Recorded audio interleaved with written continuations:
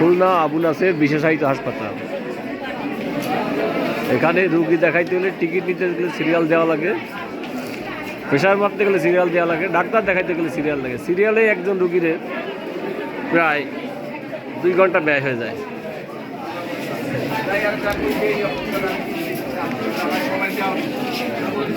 এক এক সিরিয়াল 50-100 জন করে দাঁড়ায় আছে।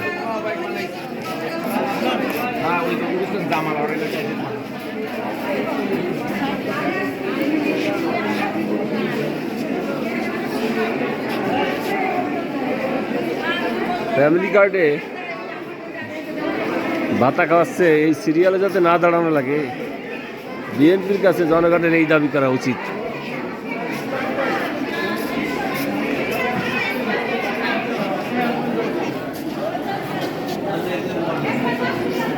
এখন একটু কথা বলি আমার ব্যক্তিগত অভিজ্ঞতা থেকে।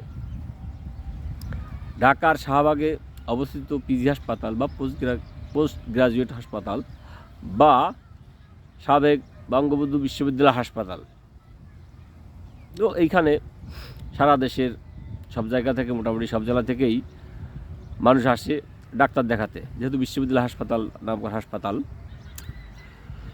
তো এইখানে তো হাসপাতাল বড় হাসপাতাল, আপনি আসলেন দূরের জেলা থেকে, হয়তো রাতের রওনা দিয়ে সকালে পৌঁছায় মানুষ। আসে প্রথমেই কি করতে হবে, টিকিটের জন্য সিরিয়াল দিতে হবে। আচ্ছা, টিকিট পাইলেন আধা ঘন্টা পরে। এরপরে ডাক্তার দেখাতে গেলে সেখানে আবার সিরিয়াল দিতে হবে।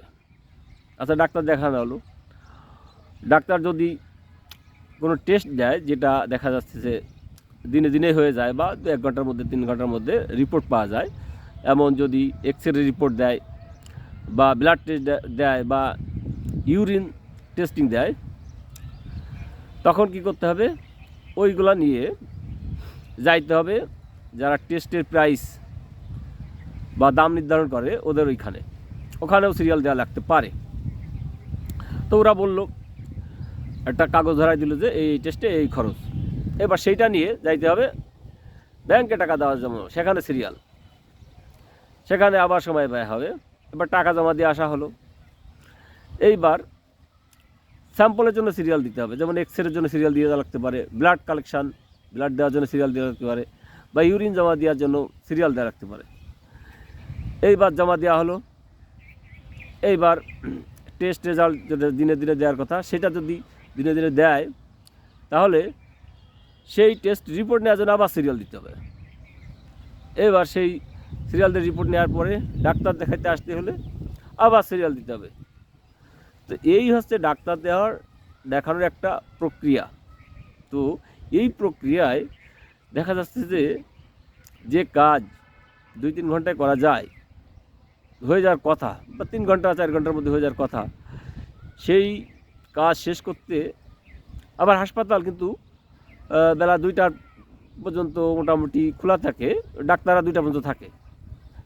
টেস্ট রিপোর্ট পরেও পাওয়া যায়, কিন্তু 2টা পর্যন্ত ডাক্তাররা বসে থাকে। তো 2টার পরে আসলে কোনো রিপোর্ট পেয়ে ওই দিনে ডাক্তার দেখায় দূরের জেলা, দেখা যাচ্ছে পঞ্চগড় বা ওই ধরনের বড় দূরবর্তী জেলায়, ওই দিনে ডাক্তার দেখায় ফেরত যাওয়া যায় না। তো মানুষকে কী হয়, ঢাকায় থাকতে হয়, হোটেলে থাকতে গেলে সেটা খরচ হয়। তো তাকে আর একদিন অপেক্ষা করে ডাক্তার দেখায়, পরের দিন যাই ফেরত যাইতে হয়। তো এই প্রক্রিয়ায় যে মানুষের শ্রমঘণ্টা নষ্ট হয় এবং অর্থ নষ্ট হয়, এইটা আসলে ঠেকানোটা খুব জরুরি।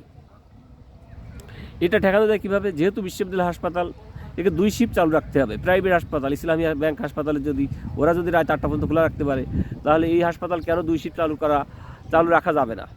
যেহেতু জনগণের টাকায় পরিচালিত হয়, এটা অসম্ভব কিছু নয় যে চালু রাখা।